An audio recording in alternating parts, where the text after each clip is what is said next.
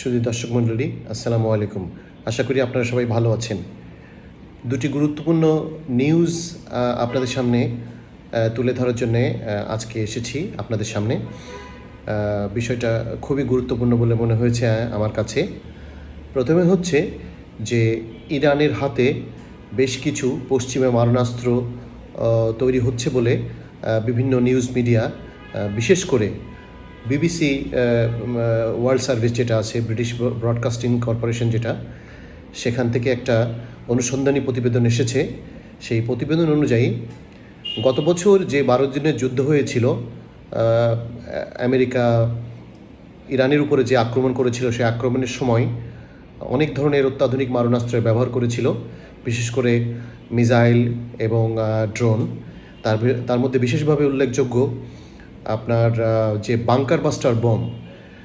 ইরানের যেসব জায়গায় আপনার নিউক্লিয়ার বা পারমাণবিক স্থাপনা রয়েছে, যেমন ইস্পাহান, ফোর্দো, এইসব জায়গায় মাটির নিচে স্থাপনাকে ধ্বংস করার জন্যে যুক্তরাষ্ট্র আপনার বাংকার বাস্টার বোমা, যেটা GBEU বাংকার বাস্টার বোমা বলে আমরা জানি, সেটা অত্যন্ত ডেডলি, যার ওজন 13,500 কেজি, যেটা মাটির অনেক গভীরে গিয়েও আপনার স্থাপনা ধ্বংস করতে পারে। এটা সহ RQ-17 ড্রোন, তারপর হচ্ছে আপনার টমাহক মিসাইল, AGM-150 ড্রোন, এইসবগুলো গত বছর জুন মাসের যে 12 দিনের যুদ্ধ হয়েছিল, সেই যুদ্ধে আমেরিকা ব্যবহার করেছিল।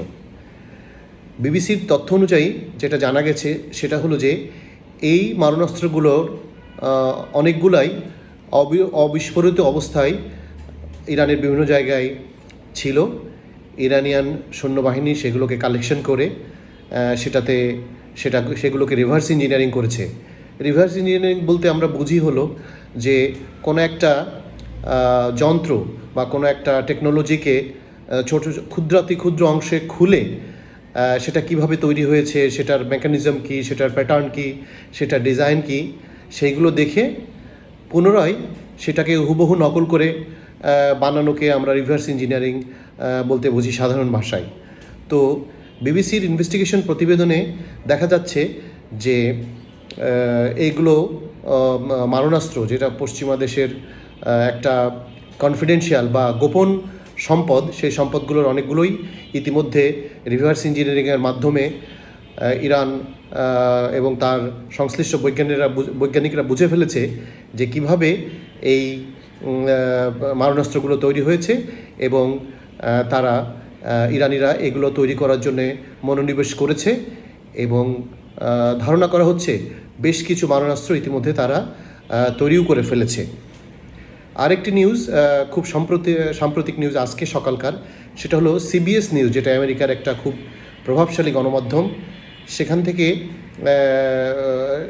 CBS-এর সূত্র অনুযায়ী প্রেসিডেন্ট ট্রাম্প 2-3 দিন আগে অপারেশন প্রজেক্ট ফ্রিডম নাম করে একটা অপারেশন চালু করেছিল, যেটার উদ্দেশ্য ছিল যে স্ট্রেট অফ হরমুজ বা হরমুজ প্রণালী দিয়ে যেসব ট্যাঙ্কার বা কমার্শিয়াল জাহাজ যাতায়াত করবে, সেগুলোকে আপনার